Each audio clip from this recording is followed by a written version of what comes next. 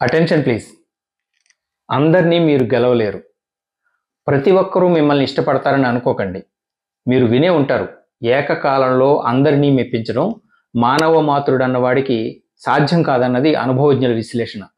మీరు తోటివారి పట్ల ఎంత మోతాదులోనైనా కరుణ, వాత్సల్యం, ప్రేమ, అభిమానం, దయ, జాలి అయినా కనబరచండి. వారిలో ఎవరో ఒకరు లేదా కొందరో మీ పట్ల విముఖంగానే ఉంటారు. కారణాలు ఏవైనా కావచ్చుగాక. మీ ఇంట్లో, బంధువుల ఇళ్లలో, కార్యాలయంలో, మీ స్నేహితుల్లో ప్రతి ఒక్కరూ మిమ్మల్ని 100కి 100 పాళ్ళు ఇష్టపడడం కానీ సమర్థించడం కానీ అసాధ్యం. ఇది కఠోర సత్యం. ఎవరైనా సరే అంగీకరించి తీరాల్సిందే.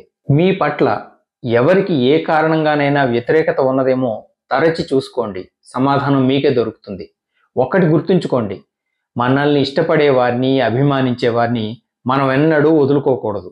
మనల్ని పట్టించుకోని వాళ్లను, మన పట్ల అయిష్టత కనబరిచే వారిని ఏమాత్రం లెక్క చేయనక్కర్లేదు.